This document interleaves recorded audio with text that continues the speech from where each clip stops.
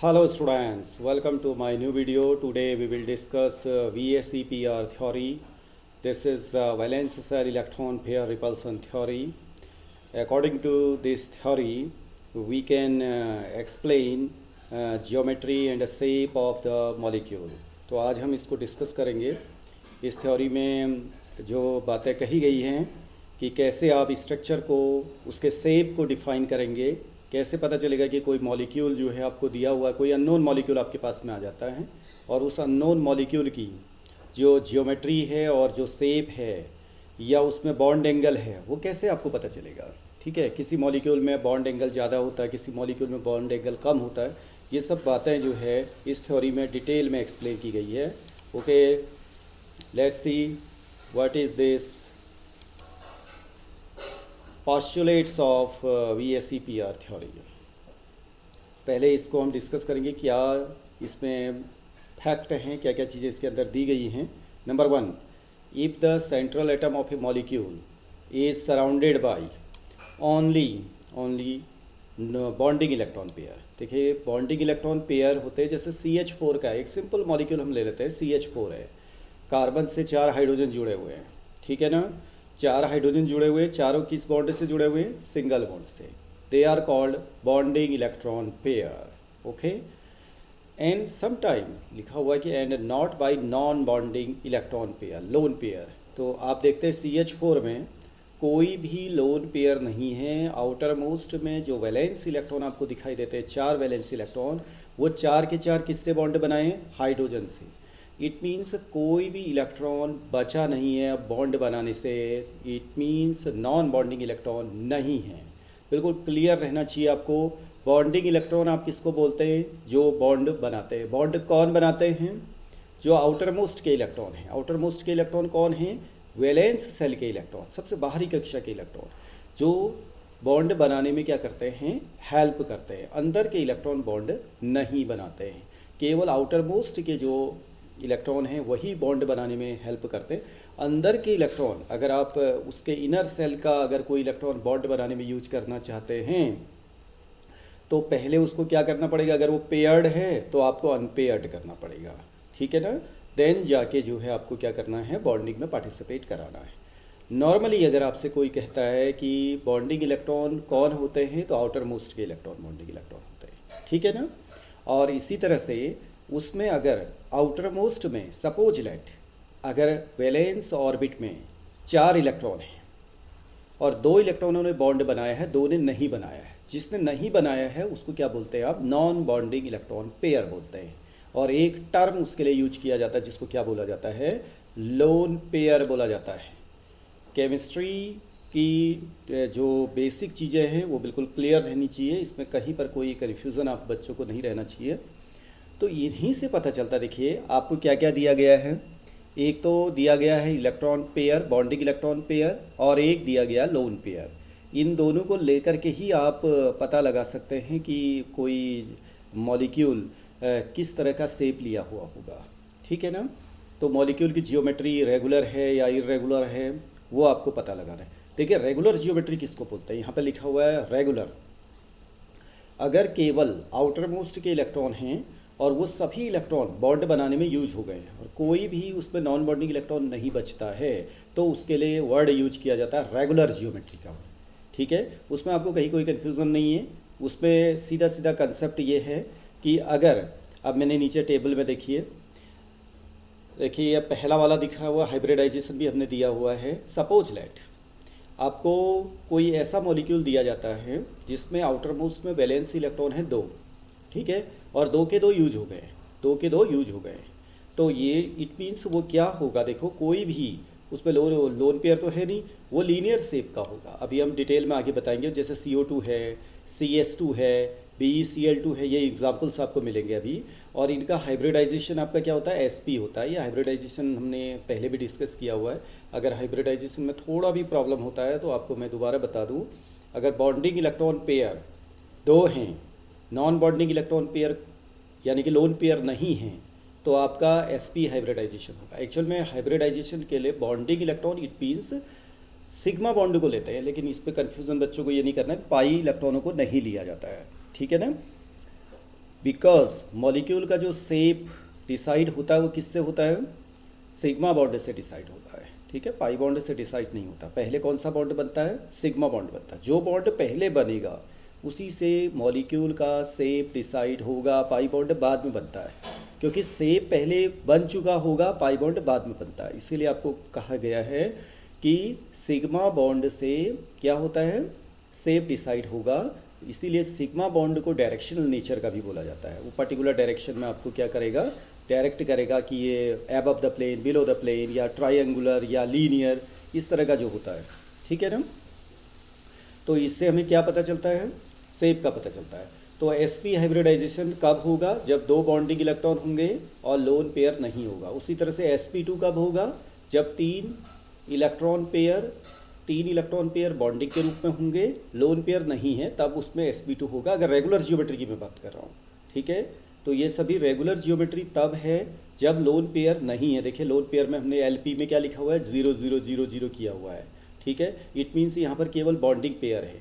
जैसे सपोज करें अगर आपसे कहा जाता है कि LP 0 है और sp हाइब्रिडाइजेशन है, तो कितने बॉन्डिंग इलेक्ट्रॉन हैं उसमें, टोटल बॉन्डिंग इलेक्ट्रॉन जो हैं 4 हैं। इट मीन्स 2 सिग्मा बॉन्ड हैं, 2 सिग्मा बॉन्ड हैं।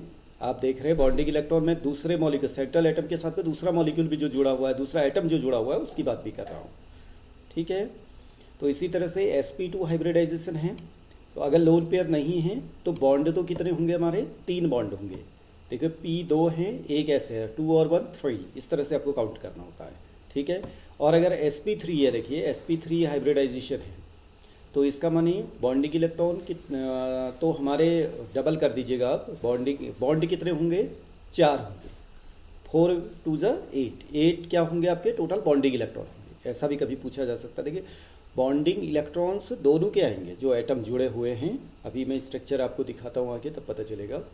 तो जो VSEPR थ्योरी का पहला पॉस्टुलेट है वो क्या है कि सेंट्रल एटम में जो इलेक्ट्रॉन्स जुड़े हैं, अगर वो केवल बॉन्डिंग इलेक्ट्रॉन है और non bonding electron lone pair नहीं है, तो उसमें रेगुलर जियोमेट्री आपको लिखनी है। उसमें अलग से कोई भी डिस्टॉर्टेड फॉर्म कुछ भी नहीं लिखनी है। देखिए लीनियर होगा, ट्राइगोनल प्लेनर होगा, अगर sp2 होगा, sp3 होगा, टेट्राहाइडल होगा, sp3d होगा, ट्राइगोनल बाइपिरामिड होगा, sp3d2 है, ऑक्टाहाइडल होगा, sp3d3 है तो पेंटागोनल बाइपिरामिडल होगा, ठीक है ना। एग्जाम्पल्स भी दिए, देखिए आप देखते हैं कार्बन डाइऑक्साइड है, CS2 है, BeCl2 है, HgCl2 है, इन सब में sp हाइब्रिडाइजेशन है और कोई भी आपका क्या नहीं है, लोन पेयर नहीं है। तो ये क्या हो जाएंगे, आपके लीनियर शेप में होंगे। उसी तरह से अगर आप देखें BH3 है, AlCl3 है और C2H6 दिया हुआ है, BCl3 है, BF3 है, NO2 माइनस है और CO3 2 नेगेटिव है, कार्बोनेट जिसको आप बोलते हैं। इन सब में कितने बॉन्डिंग इलेक्ट्रॉन होंगे बोलिए, बॉन्डिंग इलेक्ट्रॉन बॉन्ड पेयर में आ जाते चले। बॉन्ड पेयर कितने होंगे, यानी कि सिग्मा बॉन्ड कितने होंगे, सिग्मा बॉन्ड होंगे हमारे 3 होंगे, लोन पेयर नहीं है। तो इनकी जियोमेट्री हम क्या बोलते हैं, मॉलिकुलर जियोमेट्री आएगी रेगुलर में ट्राइगोनल प्लेनर और ट्राइएंगुलर प्लेनर आएगी। उसी तरह से टेट्राहाइडल है, टेट्राहाइडल में आपका 4 क्या होंगे, बॉन्डिंग इलेक्ट्रॉन और बॉन्डिंग इलेक्ट्रॉन पेयर 4 होंगे। तो उसमें BH एग्जाम्पल दे रखे, BH4 नेगेटिव दिया हुआ, देखो BH3 तो आपका कहाँ आ गया, sp2 में, ओके। जबकि BH4 नेगेटिव किस में आएगा, sp3 में आएगा, BF4 नेगेटिव sp3 में आएगा, ओके। इसी तरह से अगर आपका 5 बॉन्ड पेयर हैं, यानी कि 5 सिग्मा बॉन्ड हैं, आउटर मोस्ट से इलेक्ट्रॉनों से बने हुए हैं, PCl5 है, PF5 है, उसमें sp3 हाइब्रिडाइजेशन होगा, ट्राइगोनल बाइपिरामिडल उसको बोलेंगे आप, ठीक है। और अगर आपके पास में 6 जो हैं बॉन्डिंग पेयर हैं, इट मीन्स सिग्मा बॉन्ड है, तो उसको क्या बोलेंगे आप, sp3d2 बोलेंगे, ऑक्टाहाइडल में आ जाएगा। उसका बॉन्ड एंगल भी यहाँ पे दिया हुआ है, आप देख सकते हैं। IF7 है, देखिए इसमें क्या होगा आपके 7 टोटल इलेक्ट्रॉन जो है कितने हैं आउटर मोस्ट में, I के देखिए सेंट्रल एटम है, I में 7 इलेक्ट्रॉन बैलेंस में होते हैं, वो सभी के सभी बॉन्ड बनाने में यूज हो रहे हैं। तो sp3d3 उसका हाइब्रिडाइजेशन होगा, पेंटागोनल बाइपिरामिडल उसका शेप बनेगा, ओके। अब जो दूसरी साइड में आप देख रहे हैं, ये जो दिया हुआ है LP वाला, देखिए लोन पेयर अगर 1 2 1 1 ऐसे दिए हुए हैं, तो उनको आप देख सकते हैं कि अलग अलग जो हैं आपके शेप होंगे। देखिए अगर आपका बॉन्ड पेयर है, दो बॉन्ड पेयर हैं और एक लोन पेयर है, तो टोटल तो हो गए तो 3, लेकिन उसमें जो है आपका शेप ये नहीं आएगा, ट्राइगोनल प्लेनर ना आकर के क्या आ जाएगा आपका एंगुलर और भी शेप्ड आएगा। तो ये भी आपको देखना है कि किस तरह से आप एक लोन पेयर अगर आता है तो शेप को बदल देता है। अब इसमें देखते हैं क्यों इसका। When the central atom in a molecule is surrounded by both bonding electron pair as well as lone pair, then molecule will not have a regular shape. वो रेगुलर जियोमेट्री के अंदर नहीं आएगा, उसमें आपको थोड़ा सा इरेगुलर शेप बनाना है। कैसे पता चलेगा वो भी देखते हैं। The geometry of the molecule will be disturbed. This alteration और distortion in shape is due to the alternation in bond angles which arise due to the presence of lone pair on the central atom. क्योंकि lone pair जो है bond pair को क्या करते हैं, repel करते हैं। बॉन्ड पेयर जो है रिपेल होने के बाद में जब दोनों बॉन्ड पेयर पास आ जाएंगे तो बॉन्ड एंगल क्या हो जाएगा आपका, कम हो जाएगा। ठीक है ना। At a fixed angle the closer the electron pair to the central atom the greater is the repulsion between them since the lone pair electrons are under the influence of only one nucleus. जो lone pair है वो तो एक ही atom से जुड़ा हुआ है, central atom से, जबकि जो बॉन्ड पेयर होते हैं वो दो एटम से जुड़े हुए हैं, क्योंकि बॉन्ड बनेगा दो एटम के बीच में। ठीक है, तो इसका माने ये हो गया कि जो एक एटम से जुड़ा हुआ है लोन पेयर, उसमें क्या होगा, आपके रिपल्सन की टेंडेंसी क्या रहेगी, ज़्यादा रहेगी। ठीक है, वो बॉन्ड पेयर को ज़्यादा रिपेल करेगा। They are expected to have a greater electron density than the bond pair electrons which are under the influence of the two nucleus. Thus lone pair is much closer to the central nucleus, central atom, और वो क्या करेगा, आपका repulsion ज़्यादा करेगा। तो order देखिए आप, lone pair repulsion, lone pair जो होगा वो ज़्यादा होगा repulsion than lone pair bond pair के। ठीक है ना। उस लोन पेयर और बॉन्ड पेयर में रिपल्सन लोन पेयर के कंपेयर में कम होगा। इसी तरह से अगर आप देखें लोन पेयर बॉन्ड पेयर्स में रिपल्सन जो है बॉन्ड पेयर से ज़्यादा होगा। तो तीनों को अगर ऑर्डर रखते हैं, सबसे ज़्यादा रिपल्सन होगा आपका लोन पेयर में। दूसरे नंबर में कौन आएगा, लोन पेयर और बॉन्ड पेयर आएगा। सबसे कम रिपल्सन होगा बॉन्ड पेयर में। जब बॉन्ड पेयर में सबसे कम रिपल्सन है तो ही उसका शेप क्या बना जाता है, रेगुलर में आता है। जैसे जैसे लोन पेयर आते जाएंगे वैसे वैसे वो इरेगुलर की तरफ जाएगा। इतना आपको ध्यान में रखना है। मॉलिक्यूल में केवल बॉन्ड पेयर हैं तो रेगुलर में रहेंगे आप, लोन पेयर आता रहेगा तो वो इरेगुलर की तरफ जाता रहेगा। ओके, यहाँ पर एक बेस्ट एग्जांपल है, आप देखिए मॉलिक्यूल है CH4 NH3 और H2। तीनों में आप देखेंगे कि हाइब्रिडाइजेशन जो सेंट्रल एटम है, जैसे सेंट्रल एटम कार्बन है, सेंट्रल एटम नाइट्रोजन है, सेंट्रल एटम वाटर का में आपका है O। ठीक है, तीनों में जो हाइब्रिड स्टेट अगर आप निकालेंगे तो sp3 ही हाइब्रिड स्टेट है। लेकिन तीनों में डिफरेंस क्या है, CH4 में केवल बॉन्ड पेयर है, 4 सिग्मा बॉन्ड होते हैं, लोन पेयर 0 है। लेकिन NH3 में क्या होता है, 3 बॉन्ड पेयर हैं और एक क्या है आपका लोन पेयर है। वाटर में 2 बॉन्ड पेयर हैं, यानी कि 2 सिग्मा बॉन्ड हैं और 2 क्या हैं आपके लोन पेयर हैं। ठीक है ना। तो जैसे जैसे आप CH4 से H2 की तरफ जा रहे हैं तो लोन पेयर के नंबर्स आपके क्या हो रहे हैं, इंक्रीज हो रहे हैं। लोन पेयर्स के नंबर बढ़ने से बॉन्ड पेयर में वो रिपल्सन क्या करेगा, आपका बढ़ा देगा, तो बॉन्ड एंगल कम होने लगेगा। आप नीचे को देखिए बॉन्ड एंगल कम होता जा रहा है। ठीक है ना। कहीं कहीं पे देखिए वो 109.5 लिखा हुआ है। एग्जैक्ट तो हमारा कितना होता है, 109 डिग्री 28 मिनट बोलते हैं। ठीक है, ये अप्रॉक्सीमेट दिया हुआ है 109.5, 107.5, 104.5, कहीं कहीं पर 104.5, कहीं पर 105.5 भी लिखा हुआ है, तो इसको कन्फ्यूज़न नहीं करना आपको। ठीक है, तो बॉन्ड एंगल देखो कम होता जा रहा है। जो सबसे पहला जिसमें कि लोन पेयर नहीं था उसमें तो देखिए कोई भी कॉन्ट्रैक्शन नहीं है।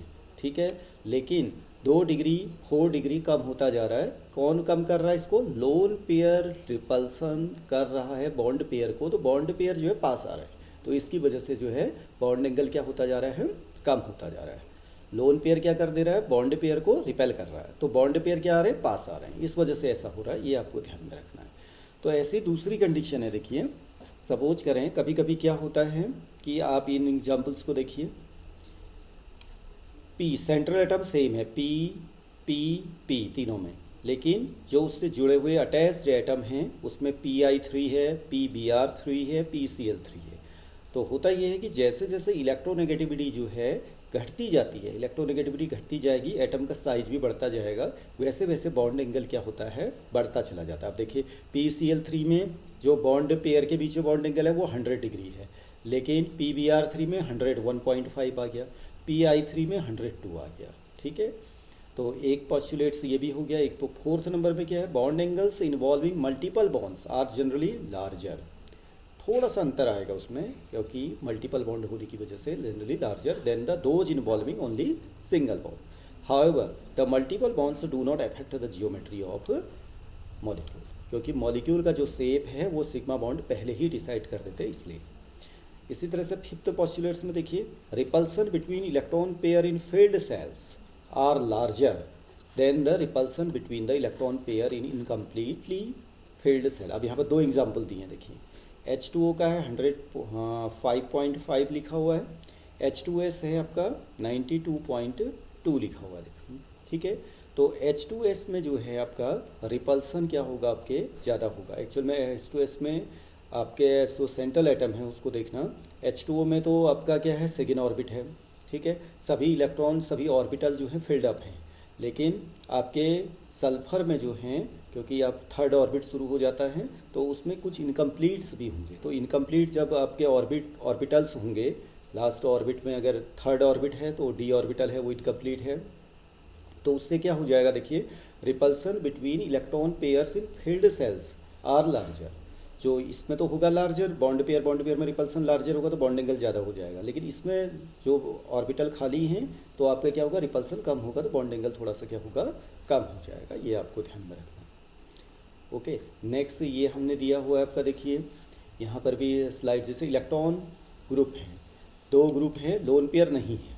ठीक है, दो हैं, लोन पेयर नहीं है। ओके, लीनियर होगा तो लीनियर में आप 180 डिग्री बनाते हैं इस तरह से, CO2 वगैरह का जो शेप होता है। अगर आपके देखिए यहाँ पर 3 इलेक्ट्रॉन पेयर हैं, अगर आपका लोन पेयर नहीं है, देखो लोन पेयर नहीं है तो रेगुलर जियोमेट्री, लोन पेयर एक आ गया तो बेंट शेप हो जाएगा। आपके इलेक्ट्रॉन पेयर तीन ही हैं, इलेक्ट्रॉन पेयर में कोई चेंज नहीं आया है, लेकिन 3 इलेक्ट्रॉन ग्रुप हैं, एक उसमें क्या आपका लोन पेयर है तो इस तरह से शेप आ जाएगा। ठीक है, उसी तरह से 4 में देखिए, 4 टोटल हैं आपके, 0 तो ये है, अगर उसमें कोई भी लोन पेयर नहीं है तो टेट्राहेड्रल। अगर 4 टोटल है, एक आपका क्या आया, एक आ गया आपका लोन पेयर। ठीक है, तब आप क्या बोल रहे हैं, ट्राइगोनल पिरामिडल। और अगर उसमें टोटल 4 है, 2 उसमें क्या है आपके लोन पेयर है, तब आपका क्या है, बेंट शेप, जैसे H2O वगैरह में होता है, आप लिखते हैं H2O में। ठीक है, आपके 4 टोटल हैं, 2 लोन पेयर हैं। ठीक है, यानी कि 2 सिग्मा बॉन्ड हैं तो उसको bent shaped, invert V shaped हम बोलते हैं। उसी तरह से अगर 5 टोटल है, देखिए उसमें से अगर 0 आपका लोन पेयर है तो वो तो हो गया आपका रेगुलर जियोमेट्री में। Okay, trigonal bipyramidal. लेकिन एक उसमें से लोन पेयर है तो सीसॉ शेप बनेगा, इस तरह से शेप आएगा। उसी तरह से 2 लोन पेयर उसमें से हैं, टी शेप्ड आ जाएगा। 3 लोन पेयर हैं तो लीनियर शेप आ जाएगा। तो ये सभी के लिए है। अब आपको एग्जाम्पल्स भी याद नहीं देते हैं, केवल क्या करना है, आप ये जो इलेक्ट्रॉन ग्रुप देख लीजिएगा कितना उसमें इलेक्ट्रॉन पेयर हैं। जैसे 2 टोटल इलेक्ट्रॉन ग्रुप हैं, उसमें से लोन पेयर एक भी नहीं है तो लीनियर लिखना, चाहे कोई भी मॉलिक्यूल आ जाए, BeCl2 आ जाए, CO2 आ जाए, कोई आ जाए, तो इसी तरह से लीनियर लिखेंगे आप। अगर आपको ये याद है जो समरी हमारी यहाँ पर बनी हुई है, तो समझ लीजिए आप केमिस्ट्री में किसी भी मॉलिक्यूल का, नॉर्मल जो मॉलिक्यूल होते हैं हमारे, वो आप जियोमेट्री शेप उनका निकाल सकते हैं।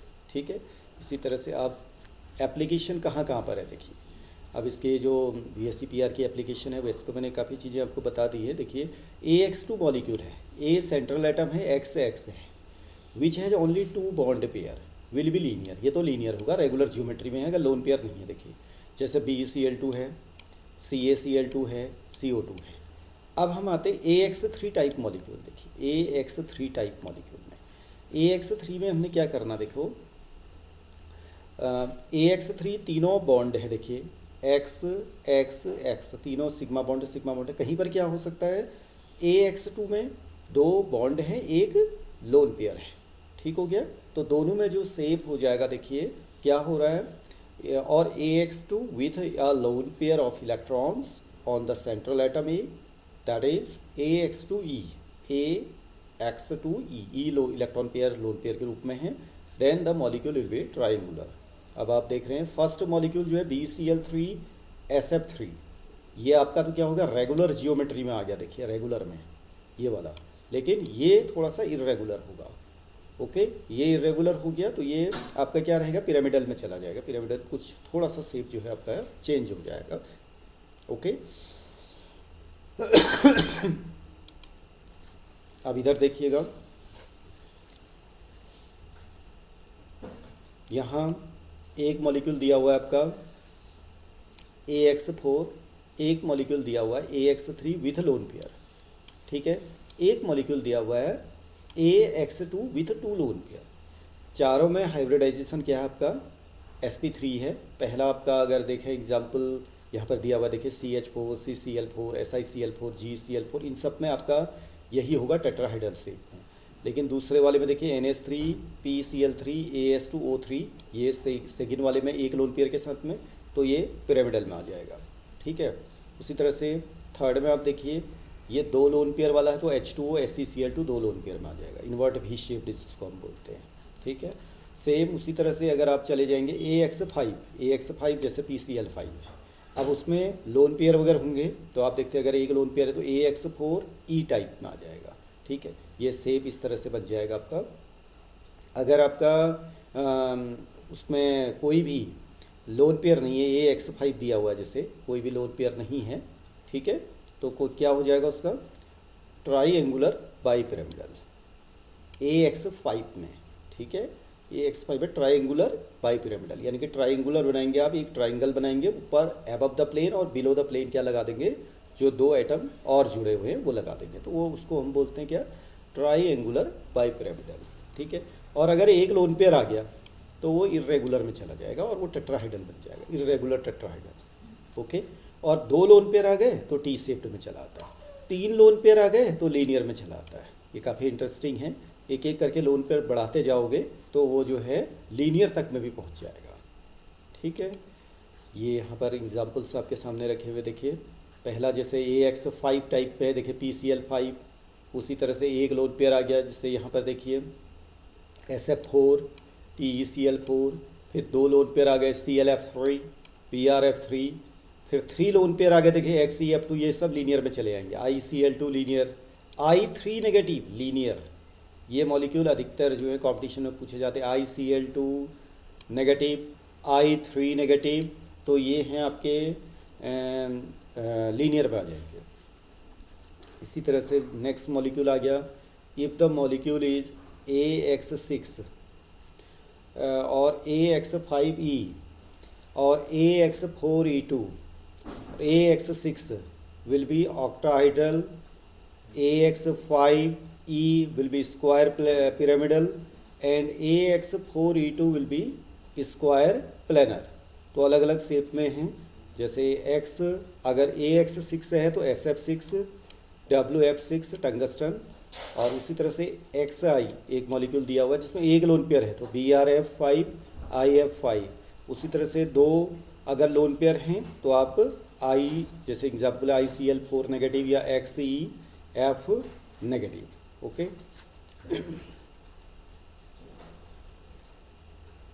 अब स्ट्रक्चर ऑफ CO2 का स्ट्रक्चर है, ये तो लीनियर होता है, तो CO2 का स्ट्रक्चर आप सबने देखा होगा, इस तरह से आप बनाएंगे इसको। CO2 का स्ट्रक्चर ये हो गया, और ये भी CO2 का स्ट्रक्चर यहाँ पर दिख रहा है आपको, ब्लू से आपका ऑक्सीजन है, C से ब्लैक, कार्बन ब्लैक है तो ये ब्लैक से लिखा हुआ है यहाँ पर, तो ये एक लीनियर शेप है क्योंकि इसमें क्या है आपका कोई भी लोन पेयर नहीं है। देखिए आप कार्बन के साथ में आउटर मोस्ट में कितने इलेक्ट्रॉन हैं, 1 2 3 4, तो सबके सब यूज हुए हैं, तो ये लीनियर शेप आएगा 180 डिग्री।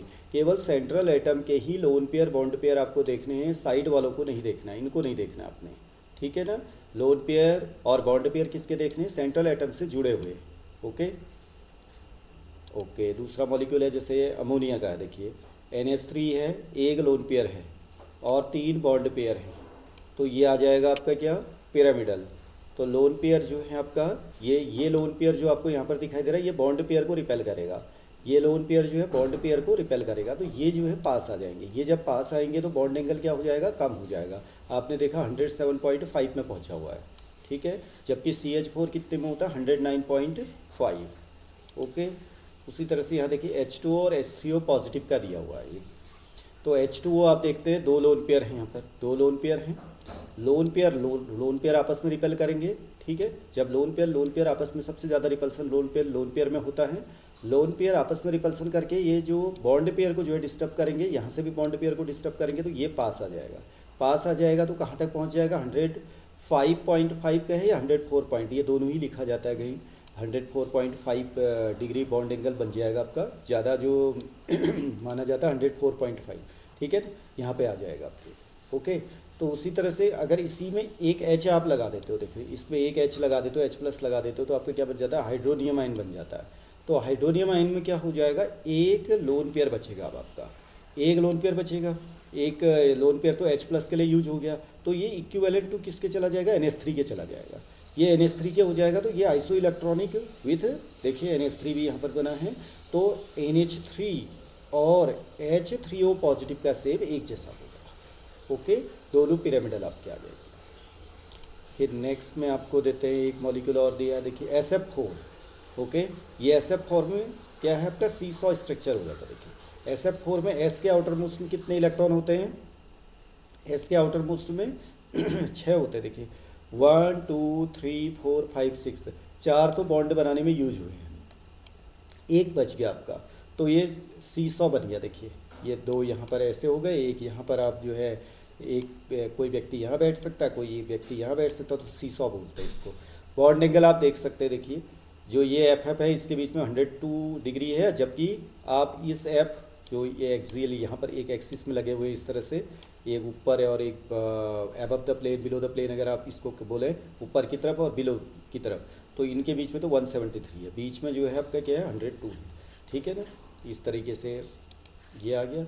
अब आया ClF3, एक ClF3 है। देखिए Cl में सेंट्रल में जो Cl है उसके आउटर मोस्ट में जो वैलेंस इलेक्ट्रॉन होते हैं वो तो 7 है, ठीक है ना, लेकिन 3 बॉन्ड बनाने में यूज हुए। देखिए बाकी 2 पेयर आपके बच गए, 2 पेयर बच गए, ठीक है। तो इससे क्या हो गया, देखिए 2 पेयर हैं, तो ये टी शेप्ड है। आपको शेप के लिए केवल बॉन्ड को देखना है, आपको लोन पेयर को नहीं देखना है। तो आप यहाँ पर देख रहे हैं, अगर इतने को देखें तो आप टी शेप्ड लग रहा होगा। इस वाले में देखिए आप स्ट्रक्चर ये है और ये है, तो ये टी शेप्ड लग रहा है, ठीक है। शेप के लिए इनको नहीं देखना है आपको, ठीक हो गया ना। तो इस तरीके से ये ClF3 हो गया। अब आपका आ गया ICl2 नेगेटिव। देखिए I तो सेंट्रल एटम है, I के आउटर मोस्ट में कितने इलेक्ट्रॉन होते हैं, 7। 2 इलेक्ट्रॉन तो बॉन्ड बनाने में यूज हुए हैं, ओके। 3 पेयर बच गए आपके, 3 पेयर लोन पेयर के रूप में हो गए, वो तो एक प्लेन में हो गए, और एक Cl ऊपर है, एक Cl नीचे है। देखिए एक Cl ऊपर है, तो आप इसको देखेंगे केवल, तो बताइए कैसा दिख रहा है आपको, लीनियर, तो दैट्स वाई ये लीनियर आपका हो गया, ठीक है, ओके। नेक्स्ट आपका हो जाएगा NH4 पॉजिटिव। देखिए NH4 पॉजिटिव किसके बराबर माना जाएगा आपका, CH4 के बराबर। क्यों, क्योंकि नाइट्रोजन के आउटर मोस्ट में जो एक टोटल तो 5 इलेक्ट्रॉन हो गए, एक पेयर बचता है। देखिए नाइट्रोजन के आउटर मोस्ट में जब आप NH3 बनाते हैं तो एक लोन पेयर बचता है, देखिए, ठीक है। इस लोन पेयर का यूज हो गया H पॉजिटिव से बॉन्ड बनाने में।